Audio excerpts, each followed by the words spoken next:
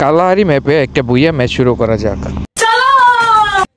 তো এখানে ল্যান্ডিং এর সাথে সাথে এখানে একটা স্পট ল্যান্ড করে তারপরে এদিক দিয়ে মারতেছিলাম, তখন ভাবলাম যে এদিকে রাশ করে দেওয়া দরকার। তো আমি ওরা দৌড়া চলে যাই রাশে, তারপর ওদেরকে বলতেছি তোমরা তাড়াতাড়ি রাশা। তো এখানে আসার পরে এক মামুর বেটা দেখতে পাইলাম, ও চালাকে নেমে ফাইলের নাকি ওরা ধরে প্যাক করে দেয়, এদিক দিয়ে আর একটা রাশ করে দেয় আমার উপরে, তো আমি দিয়ে দিলাম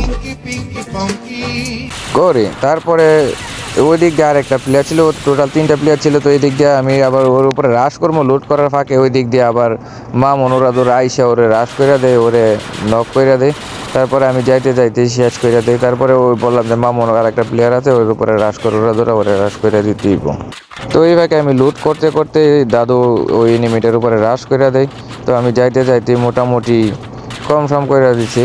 তো আমি শেষ ফাঁকে একটু হালকা পাতলা ড্যামেজ দিলাম। তারপরে এখানে চলে আসলাম, এখানে চলে আসার পরে রাহুলের রিভাইভ করলাম। রাহুলের রিভাইভ করার পরে এদিক দিয়ে যাইতেছিলাম, তো লুট করা যাইতে এই ফাঁকে দিয়ে এক এনিমি গাড়ি নিয়ে আসছিল। তো চালাক মামুর বেটা আমার মারতে চাইছিল, আমি উপরে উঠে যাইতে গেছিলাম কিন্তু পারলাম না। তারপরে ওয়াল ফালায় একটু কাবারে চলে আসলাম, সে মাকড়সা ক্যারেক্টার ছাড়তেছিল, এই ফাঁকে দিয়ে দিলাম। তো নক করার পরে এবার ক্লিয়ার করতে হবে। তারপরে ক্লিয়ার করে দিলাম, ওই দিক দিয়ে আমার স্কোয়াডম্যান সবাই চলে আসলে এদিক দিয়ে আবার থার্ড পার্টি আমাদের উপরে রাশ করে দেয়। তখন আমি ওরা ধরে রুমের ভিতরে চলে যাওয়ার পরে ভাবলাম যে এবার টাওয়ার উঠে ওরা ধরে কয়েকটা কিল করি। তারপরে ওরা ধরা চলে আসলাম, এখানে আসার পরে টাওয়ারে ওঠার চেষ্টা করতেছি। তারপরে অবশেষে টাওয়ারে চলে আসলাম।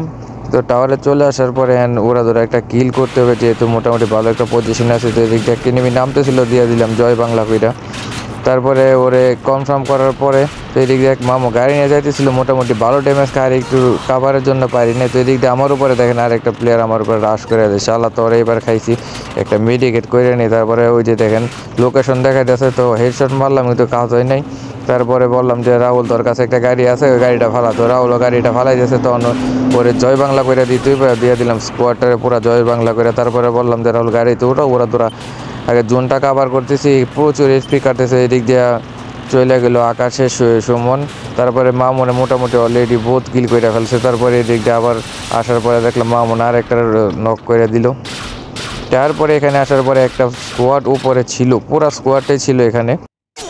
তো আমার এদিক দিয়ে জয় বাংলা করে দিল। তো আমার ক্যারেক্টার ছিল, ক্যারেক্টার সাইডে দিলাম। ক্যারেক্টার সারার পরে আমি বললাম যে আমি সেভে আছি, রাহুল ওরা ধরে ফাইট করতো। এই ফাঁকে সুমন চলে গেল মামুন রিভাইভ করার জন্য। তো রিভাইভ হয়ে গেলো, তো এদিক দিয়ে আমিও চলে আসলাম। তারপরে এনে আসার পরে দিয়ে যে 10-15টা সুপার মেরি। তো এদিক দিয়ে রাহুলে বললাম যে রাহুল সুপার মেরি নিয়ে আমি সামনে যাইতে পিছন দিয়ে রাহুল একটা রাশ করে দেয়, রাশ করার পরে মাইরা দিল। তারপরে আমি চাইলাম যে ওরা আগে রিভাইভ করি। তো রিভাইভ করার পরে ওর দেখেন স্কাইলার ক্যারেক্টার মাইরে আমার ওয়াল টল ফাটাই দিয়েছে। তখন আমি টিম আপ করতে চাইছিলাম কিন্তু সে টিম আপ করে নেয়। তারপরে এই দিক দিয়ে আমার জয় বাংলা করে দিল।